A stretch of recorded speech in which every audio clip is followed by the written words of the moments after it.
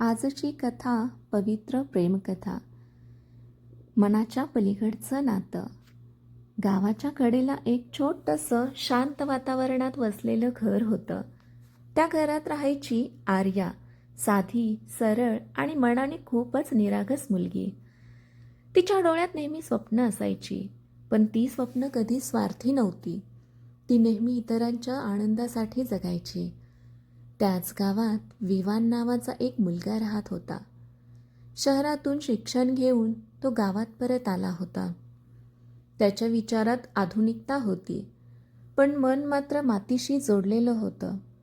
एक दिवस गावातल्या वाचनालयात दोघांची भेट झाली. आर्या पुस्तक शोधत होती आणि वरच्या शेल्फवरचं पुस्तक काढताना ती अडखळली. तेवढ्यात विवानने ते पुस्तक तिला देत हसत म्हटलं, काही गोष्टी आपल्याला सहज मिळत नाहीत, पण योग्य वेळी नक्की मिळतात. त्या एका वाक्याने आर्याच्या मनात काहीतरी हललं आणि तिथूनच त्यांच्या नात्याची सुरुवात झाली. हळूहळू भेटी वाढल्या, पण त्या भेटींमध्ये कोणताही दिखावा नव्हता. ना महागड्या भेटवस्तू, ना मोठमोठ्या वचनांचा गाजाबाजा. फक्त साध्या गप्पा, एकमेकांची काळजी आणि निस्वार्थ भावना. विवान आर्याला नेहमी सांगायचा, खरं प्रेम म्हणजे कुणाला स्वतःसाठी बांधून ठेवणं नाही, तर त्याला मोकळं आकाश देणं आहे. आर्यालाही त्याचं हे बोलणं खूप आवडायचं. एक दिवस विवानला परदेशात नोकरीची मोठी संधी मिळाली. गाव सोडून जाणं म्हणजे आर्यापासून दूर जाणं, पण त्याच्या स्वप्नांसाठी हे गरजेचं होतं. विवानने आर्याला विचारलं, तू माझ्यासोबत येशील का? आर्याने शांतपणे हसत उत्तर दिलं, तुझं स्वप्न माझ्यासाठी खूप महत्त्वाचं आहे, पण माझं कर्तव्य इथे आहे. प्रेम जर खरं असेल तर अंतर कधीच काहीच तोडू शकत नाही. त्या क्षणी विवानच्या डोळ्यात पाणी आलं, कारण त्याला कळलं हे प्रेम स्वार्थाचं नाही, तर त्यागाचं आहे.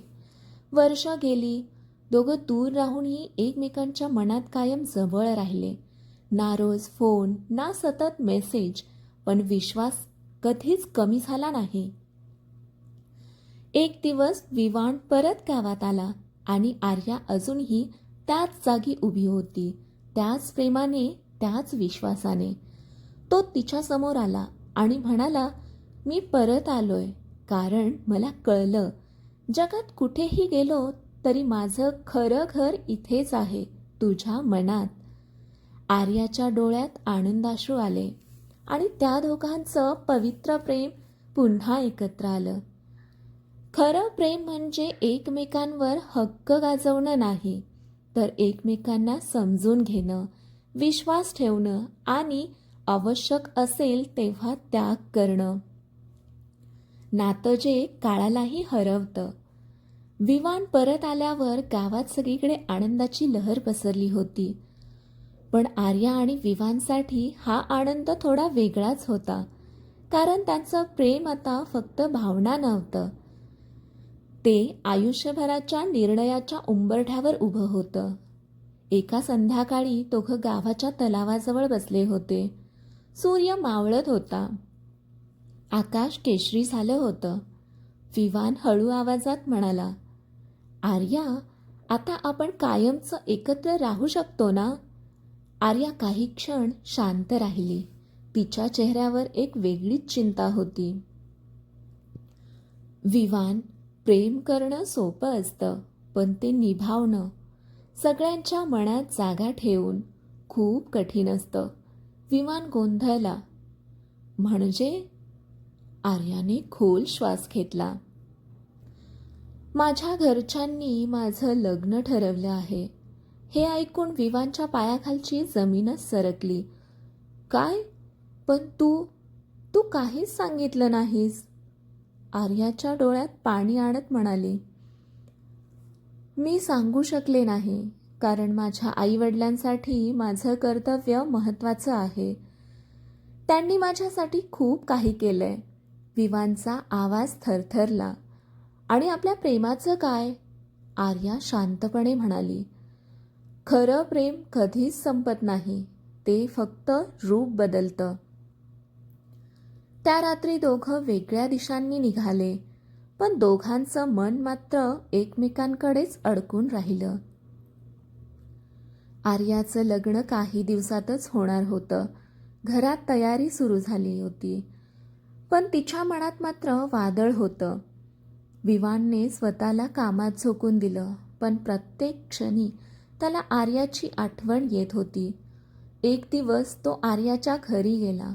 सगळ्यांसमोर उभा राहून त्याने ठामपणे सांगितलं, मला आर्याशी बोलायचं आहे. पण घरच्यांना हे अजिबात आवडलं नाही. आता काही बोलायचं उरलं नाही, तिचं लग्न ठरलं आहे. पण विवान थांबला नाही. प्रेमाला एक संधी तरी द्या, निर्णय तिचा असू द्या. आर्याच्या वडिलांनी कठोरपणे उत्तर दिलं, आमच्यासाठी समाज महत्त्वाचा आहे, भावना नाहीत. लग्नाचा दिवस उजाडला. आर्या वधूच्या वेशात बसली होती, पण तिच्या डोळ्यात आनंद नव्हता, फक्त अश्रू होते. विवान दूर उभा राहून सगळं पाहत होता. त्याच्या मनात हजारो प्रश्न होते. अचानक आर्या उठली. सगळे आश्चर्यचकित झाले. ती थेट मंडपातून बाहेर आली आणि विवानसमोर उभी राहिली. आज मी एक निर्णय घेतेय, जो कदाचित सगळ्यांना चुकीचा वाटेल, पण माझ्यासाठी तो योग्य आहे. सगळे थक्क झाले. आर्या पुढे म्हणाली, मी कोणाचंही मन दुखवू इच्छित नाही, पण मी स्वतःलाही खोटं जगू शकत नाही. माझं प्रेम पवित्र आहे आणि मी त्याला नाकारू शकत नाही. विवानच्या डोळ्यात आशेची किरण दिसू लागली. आर्याने आपल्या वडिलांकडे पाहिलं. बाबा, तुम्ही मला नेहमी सत्य शिकवलं. आज मी तेच पाळतेय. काही क्षण सगळं शांत होतं. मग तिचे वडील हळूहळू पुढे आले आणि म्हणाले, जर तुझं प्रेम इतकं खरं असेल तर आम्ही कोण आहोत अडवणारे. तो क्षण सगळ्यांसाठी भावनिक होता. विवान आणि आर्या एकमेकांकडे पाहून हसले, कारण त्यांचं प्रेम आता फक्त त्यांचंच नव्हतं, तर सगळ्यांच्या आशीर्वादाने पवित्र झालं होतं. खरं प्रेम कधीच कोणाच्या विरोधात नसतं. ते नेहमी सत्य, विश्वास आणि धैर्याच्या बाजूने उभं असतं. प्रेमाची खरी परीक्षा तर पुढे होती. आर्या आणि विवानचं लग्न मोठ्या आनंदात पार पडलं. गावभर आनंद साजरा झाला. त्यांच्या प्रेमाला आता समाजाची मान्यता मिळाली होती. पण खरी गोष्ट आता सुरू होणार होती, कारण लग्नानंतरचं आयुष्य हे फक्त प्रेमावर नाही, तर समजूतदारपणा, जबाबदारी आणि विश्वासावर उभं असतं. नवं आयुष्य, नवी आव्हानं.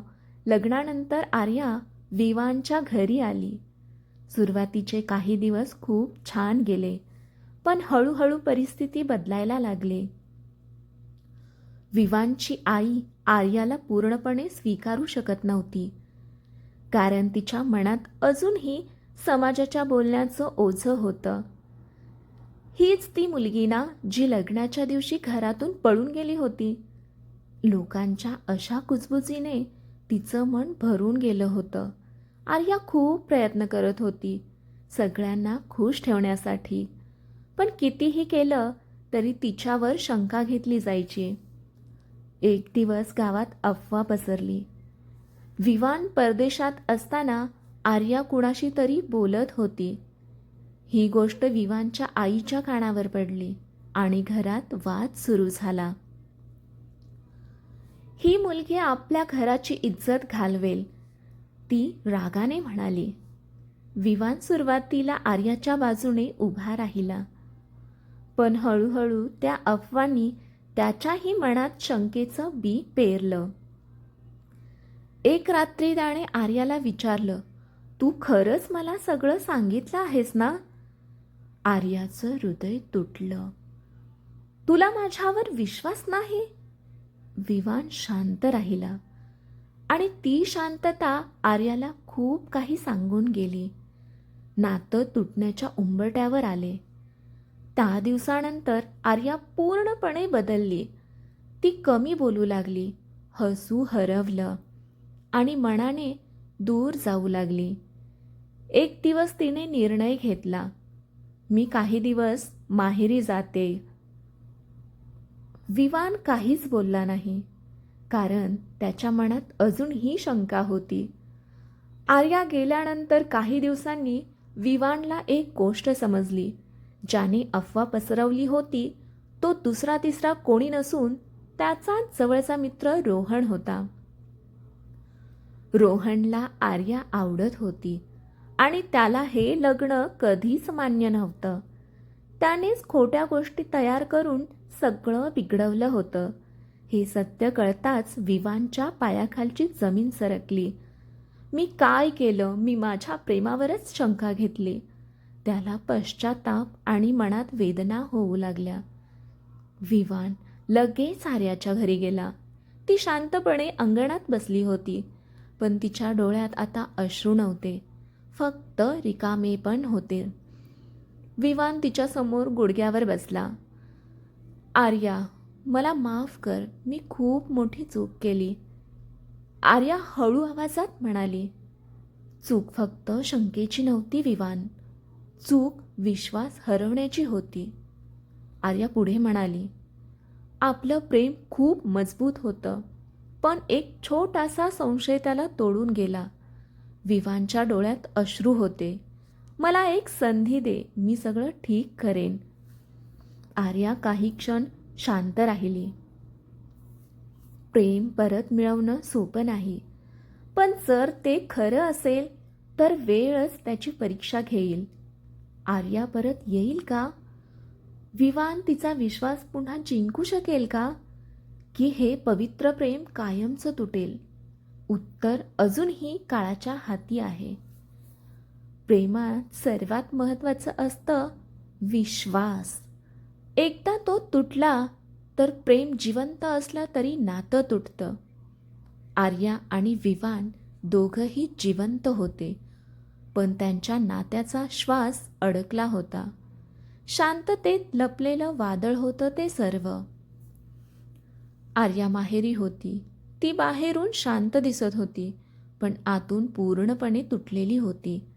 ती स्वतःलाच प्रश्न विचारत होती, जर प्रेम इतकं पवित्र होतं तर विश्वास इतका कमकुवत का ठरला?